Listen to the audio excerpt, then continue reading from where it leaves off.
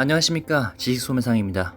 핀테크 플랫폼 기업 소파이에게 악재가 터졌습니다. 바로 미국 바이든 정부가 학자금 대출 상환 기간을 또 한 번 연장했죠. 원래 5월 1일까지 만료되기로 했던 게 8월 31일까지 연장됐습니다.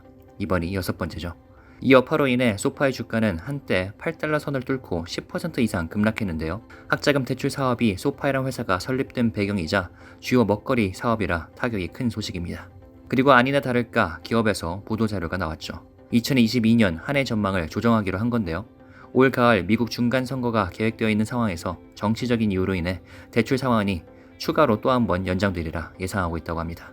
따라서 올해 안에는 학자금 대출 상환 유예가 끝나지 않을 거라 상정한 채 한 해 가이던스를 수정했습니다.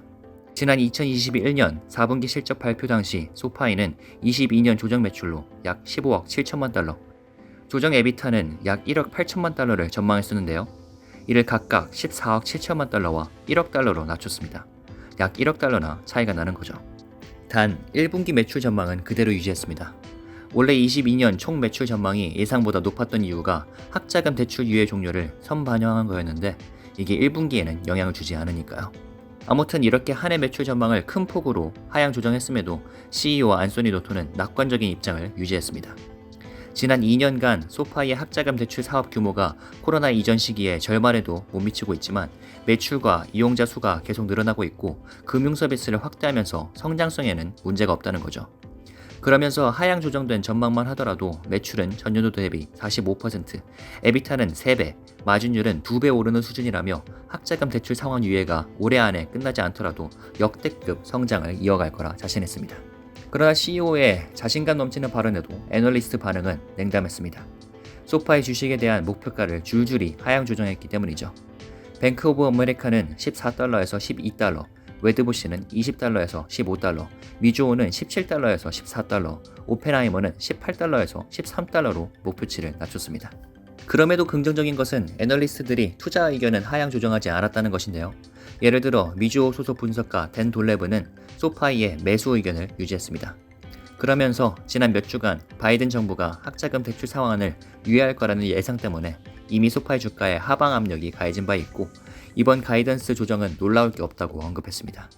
물론 목표가는 17달러에서 14달러로 낮췄지만 투자자들의 염려와 달리 가이던스 조정이 점진적인 약세를 의미하지는 않는다고 봤습니다. 또 다른 전문가도 낙관적인 반응을 보였는데요. 웨드부시의 데이비드 치바레니라는 애널리스트입니다. 학자금 대출 관련 단기적 역풍을 고려하여 목표가는 20달러에서 15달러로 낮췄으나 브랜드 인지도, 멤버십 증가, 젊은 층에게 어필할 수 있는 깔끔한 플랫폼 등을 이유로 투자 의견을 아웃퍼폼으로 유지했습니다. 또한 소파이의 대출 고객들이 신용이 높은 편이고 이제 은행업 허가도 나온 상황에서 매출이 더욱 증가할 거라 내다봤습니다. 현재 소파이의 커버리지를 게시한 애널리스트는 총 14명인데요. 강력 매수 의견이 8, 홀딩이 6인 상태입니다. 평균 목표가는 14.35달러로 현재 주가보다 약 77% 높으나 목표가를 조정하는 전문가들이 추가로 나오면 변할 수 있습니다.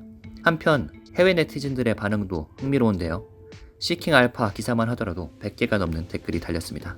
다음 미국 대선에서 인생 최초로 공화당을 뽑겠다는 주주, 소파의 주가가 8달러 밑으로 떨어지면 매수하겠다는 투자자, 곧 있으면 주가가 7달러까지 떨어질 거라면서 꼭대기에서 매수한 투자자들의 명복을 빌어주는 사람, 소파의 주식으로부터 당장 떠나라고 경고하는 사람, 그리고 소파의 주식을 고점에서 추천했다가 소중한 친구들을 잃을 것 같다는 사람까지 다양합니다. 공포와 불신, 기대와 희망이 뒤섞인 모습이죠. 한편 학자금 대출 상환 연장이 이슈로 가이던스 조정을 발표한 날 소파이에서는 또 다른 발표 자료가 나왔습니다. 바로 이사회 임원 몇 명이 사임한다는 소식이었는데요.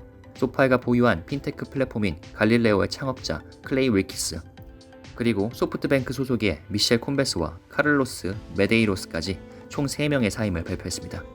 정확히 어떤 이유로 이들이 사임하게 됐는지 밝히진 않았지만 투자자 입장에서 달가운 소식이 아니죠. 내부에서 어떤 문제가 있었을 수도 있고 입장차를 좁히지 못해 갈등이 불거졌을 수도 있죠. 모두가 힘을 합쳐서 잘 성장하고 있고 앞으로도 잘 나갈 기업의 이사회에서 굳이 물러날 이유는 별로 없을 테니까요. 물론 개인적인 이유가 있을 수는 있지만 특히 소파이가 12억 달러에 인수한 갈릴레오 창업자가 회사를 떠남으로써 의문을 자아냅니다. 과연 어떤 일이 있었길래 이사 3명이 한꺼번에 사임하는 걸까요? 일각에선 소파이가 해당 인사 문제를 가리기 위해 같은 날 22년 가이던스 조정을 발표했다는 소리도 나오고 있습니다. 진실은 내부자만 알겠지만 악재가 겹치는 건 부정할 수 없죠. 어젯밤 소파의 주가는 장중 조금씩 회복하여 7.2% 하락으로 마감했습니다. 애프터마켓에선 1% 정도 소폭 상승한 상황. 그러나 한때 10% 이상 폭락하며 이미 최저점을 뚫은 상태라 투자자들의 염려를 자아내고 있습니다. 과연 이게 바닥이 될지, 어느 수준에서 바닥이 나올지 지켜봐야겠습니다. 앞으로도 유심히 관찰하겠습니다. 지금까지 지익소매상이었습니다. 감사합니다.